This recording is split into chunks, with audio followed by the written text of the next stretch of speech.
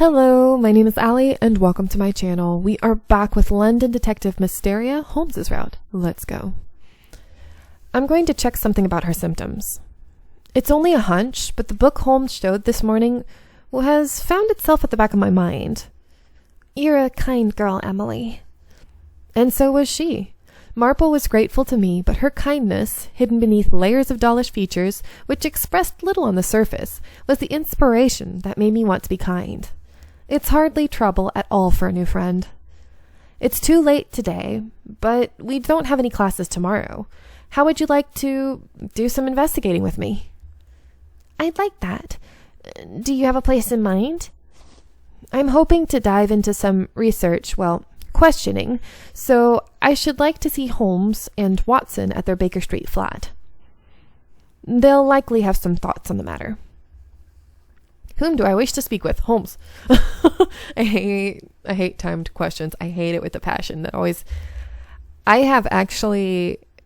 I was even in school, I have test anxiety. So being timed with things like that just makes my brain just go poof.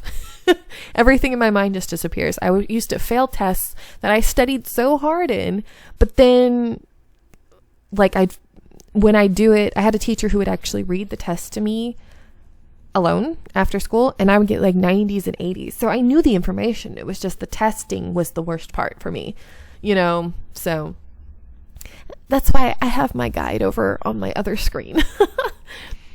I'd like Holmes's opinion. He was the one who brought all that material to class, and no one else could best share his thoughts objectively. Marple nodded in agreement. Very well. Then let's meet along Baker Street tomorrow. ... and ... and ... 221B, Baker Street, was the address for Holmes and Watson's shared flat. They were one of several within a charming 3-story brick building which Marple and I now stood before. What a handsome little flat, and they've even room to spare to make it their office. I've heard rumors that the landlady here is a young girl.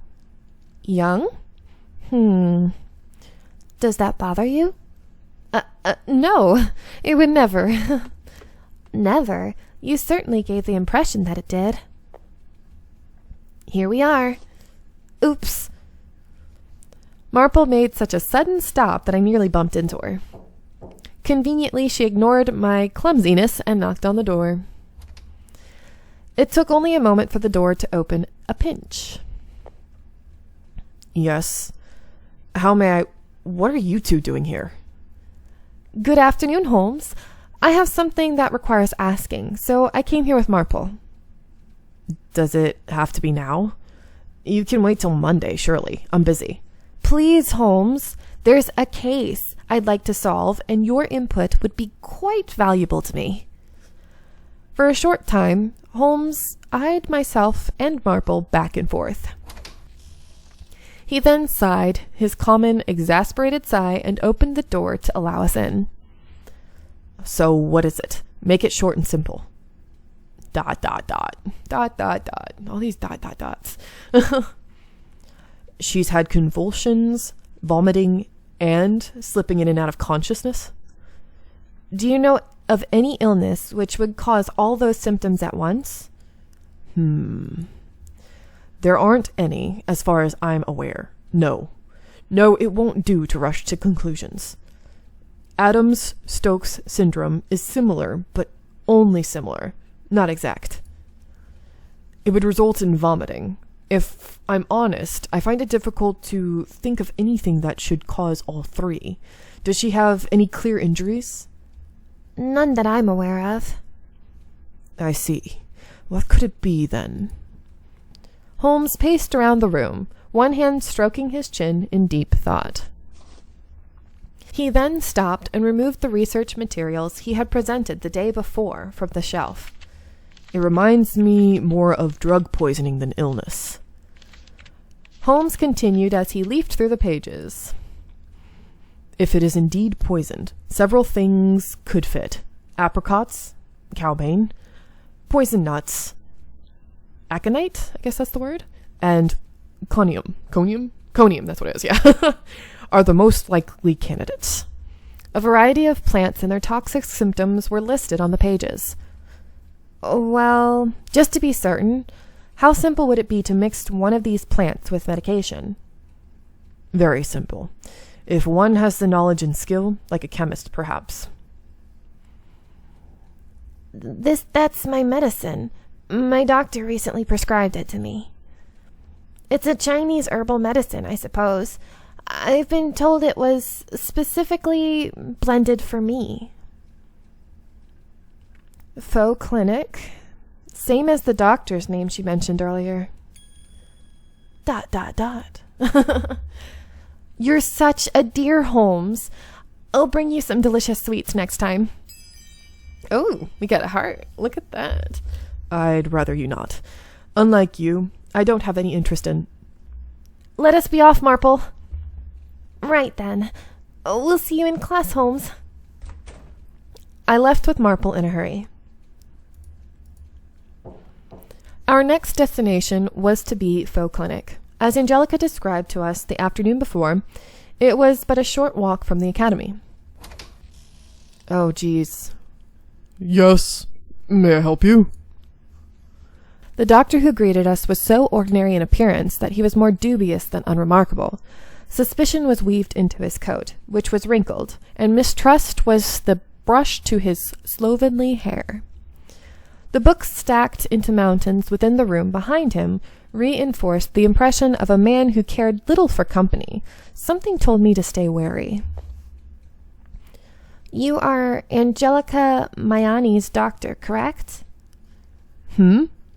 Yes, I am. What of it? I'm a friend of hers, and if it isn't any trouble, would you tell me more about the medicine you prescribed? Miss, she is my patient. I can't hand her chart over to any stranger who comes in asking. And her condition is baffling me as much as it likely baffles you. I'm not a stranger. As I said, I'm her friend. And as I said, she is my patient. You aren't the first to make a clever excuse to get what they want from me. I'm her mother, I'm her lover, or I'm her pet, or whatever they please. I'm no fool. I don't know of anyone who would call themselves her pet. But we earnestly wish to save her, doctor. Would you please help me? For this ring's sake. It was time to reveal the ring I had been given by Her Majesty, but it had less of an effect than I prayed it would. He merely stared in silence, waiting for me to speak again. I beg you. Are you giving this to me? You misunderstand. Her Majesty the Queen gifted me the... But you must know, so this doesn't make sense. I was told that anyone would help me if I presented the ring. What's that? Are you all right in the head? I'm afraid I don't provide treatment for mental illnesses. Excuse me, but do you happen to read the paper at all? I would never read such cheap entertainment. Baseless gossip, every word. Can't trust it. That solves it. Emily, I fear the request means nothing for those who haven't seen it in writing. That is the only place I recall her asking everyone to help you. That's true. I read it there also, but even without it, he's being unreasonable. And how is there someone who doesn't read the paper in this day and age? Is he unliterate? Emily, did you mean to ask if he was illiterate?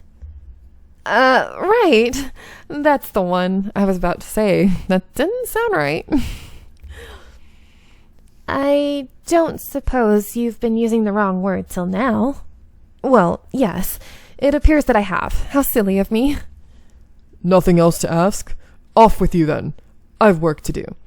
Now, it is true that he cannot give that information to her, even if she has that stuff, the confidentiality. I mean, now he does seem kind of fishy, but I can understand why he's not telling her anything. I mean, I don't know how far along in the past this was considered like warrants and stuff like that with police, but I don't know. Due to the fact that she's a child, I can understand why he won't give her the information. Against our best efforts, the door had been slammed in our noses before we managed to step inside.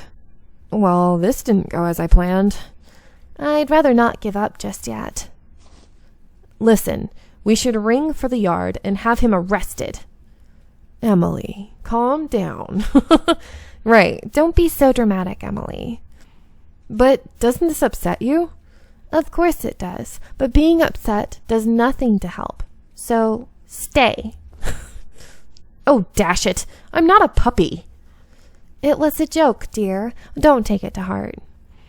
If you'll hear me out, that doctor has no motive for poisoning Angelica. One can surmise he's experimenting with new medicines on his patients, but that's unlikely. You're right.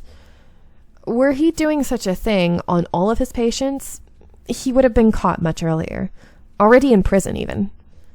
Then what do you think of Angie's condition, with that in mind, Emily? I think... As we began to give more serious thought to the issue, we ran unexpectedly into someone we knew. Oh, it's Lupin. Why, hello, Miss Whiteley, Miss Marple. What brings you here? Lupin, we could ask you the same. Though there were no classes today, he still wore his academy uniform. This is a clinic, isn't it? So I came to see my doctor. Are you sick then? I feel nauseous and my stomach hurts. The clinic here is close to the academy, so it's a convenient place to visit whenever I have a problem. I was already close by since I had to go to the library, so I thought I might as well come here. His symptoms are similar to Angie's. How do you feel? Much better after my consultation with Dr. Foe. If you don't mind me asking, what medicine did he prescribe? My medicine? I don't mind. A moment, please. Lupin retrieved a small brown bottle from his pocket. Its label read, Hanji Shashito and Psycho Keishito. It's the same one. You're right. It's just like Angie's. Lupin, are you absolutely certain you feel better? Have you ever felt faint after taking that? I'm not sure I understand. Why are you so worried about this? And I've been feeling wonderful. It's a miracle. How much better I've felt since taking that medicine? The answer took us both by surprise. Whenever Dr. Foe prescribes medicine, he gives each of his patients their own bottle. I always have this one with me when I go to him. Then Angelica has her own personal bottle as well. I still haven't a clue as to what his motives would be, but if there's even a slight possibility, we must investigate. Let's look at the contents of her bottle. Even if it turns out to be nothing, we'll have narrowed down the scope of our work. By the way, Lupin, what made you so sick in the first place? Since I'm a student and live alone, my landlady invited me and a few other students to her flat for her homemade meal. I began to feel nauseous after dinner. It turned out to be the mushrooms from the mountains she used in her cooking. You didn't make a mess of things again, did you? Incur her wrath in some way? I didn't know such thing. No, I wasn't the only one to fall ill. She and the other students did, too. It was a disaster. We should run along and see Angie. Thank you, Lupin. Stay well. Oh, thank you, I suppose. More ...